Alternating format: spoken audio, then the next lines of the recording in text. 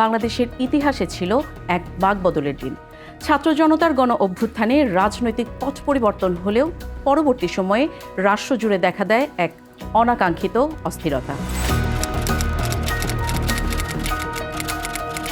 রাজনৈতিক প্রতিহিংসা আর বিচারহীনতার সংস্কৃতি থেকে জন্ম নেয় এক ভয়াবহ প্রবণতা, মব জাস্টিস।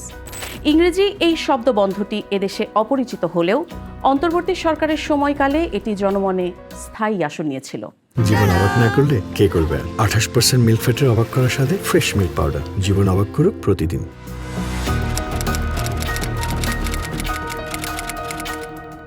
মব বা উচ্ছৃঙ্খল জনতা যখন আইনের শাসন তোয়াক্কা না করে নিজেরাই বিচারকের ভূমিকা নিয়ে নেয়, তখন তাকে বলা হয় মব জাস্টিস।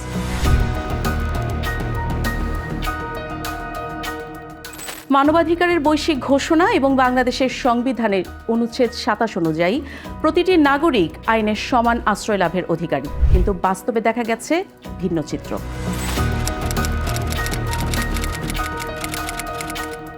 মানবাধিকার সংস্থা হিউম্যান রাইটস সাপোর্ট সোসাইটি জানায়, গত 8 আগস্ট 2024 অন্তর্বর্তী সরকার দায়িত্ব নেয়ার পর প্রথম 7 মাসে গণপিটুনিতে 119 জন নিহত হন। 2025 সালের মে পর্যন্ত এর সংখ্যা বেড়ে দাঁড়ায় 143 জনে। অন্যদিকে আইন ও সালিশ কেন্দ্র জানায়, 2025 সালে গুরুতর মানবাধিকার লঙ্ঘন হিসেবে মব সন্ত্রাসে 197 জন নিহত হয়েছেন এবং বহু মানুষ আহত হয়েছেন।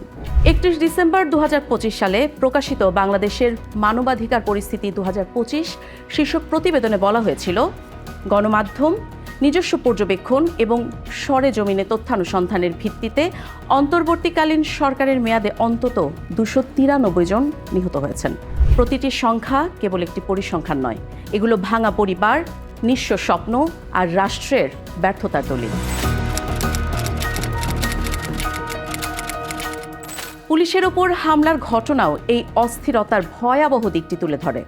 আইনশৃঙ্খলা বাহিনী নিজেই 225 বার মব ভায়োলেন্সের শিকার হয়েছে, যা জননিরাপত্তাকে আরও ভঙ্গুর করে তুলেছিল। পুলিশ সদর দপ্তর থেকে জানিয়েছিলেন, নির্বাচন সামনে রেখে হত্যাসহ সব ধরনের সহিংসতা ও অপরাধ কমাতে তৎপর আইনশৃঙ্খলা বাহিনী।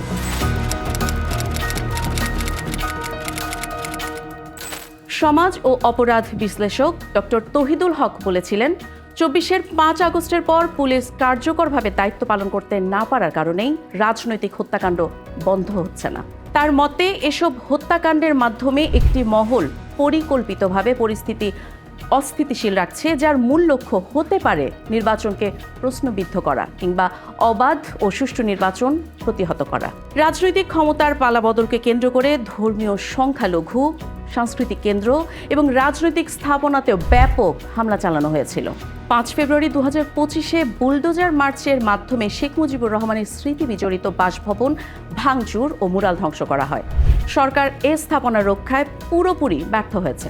2024-এর শেষ দিকে 152টি মন্দির হামলা, এমনকি ছায়ানট, উদীচীর মতো সাংস্কৃতিক প্রতিষ্ঠানেও সহিংসতার ঘটনা ঘটেছিল। হামলা থেকে বাদ যায়নি গণতন্ত্রের চতুর্থ স্তম্ভ, গণমাধ্যম। 19 ডিসেম্বর কারওয়ান বাজারে অবস্থিত জাতীয় দৈনিক প্রথম আলো এবং দ্য ডেইলি স্টার ভবনে অগ্নিসংযোগ ও ভাঙচুর চালানো হয়। 2025 সালে 539 জন সাংবাদিক বিভিন্নভাবে হয়রানির শিকার হয়েছেন, যার মধ্যে 3 জন নিহত হয়েছিলেন।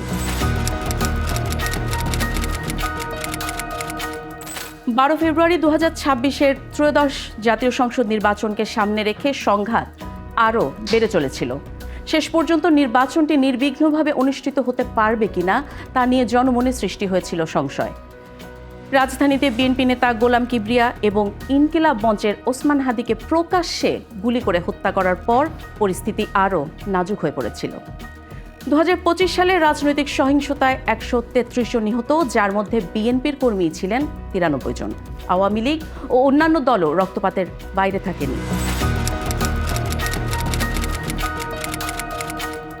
একের পর এক চুরি, ছিনতাই, ডাকাতি এবং মব সহিংসতার কারণে সাধারণ মানুষের মনে তখন একটাই প্রশ্ন, রাষ্ট্র কি তার নাগরিকদের নিরাপত্তা দিতে পারছে?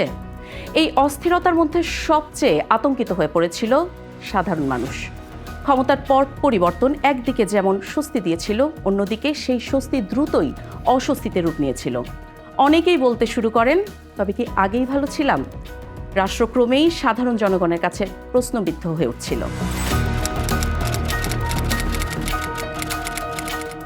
অপরাধ বিশ্লেষকদের মতে পুলিশের কার্যকারিতা কমে যাওয়া এবং বিচারহীনতার সুযোগ নিয়ে একটি মহল নির্বাচনকে প্রশ্নবিদ্ধ করতে পরিস্থিতি অস্থিতিশীল রেখেছিল।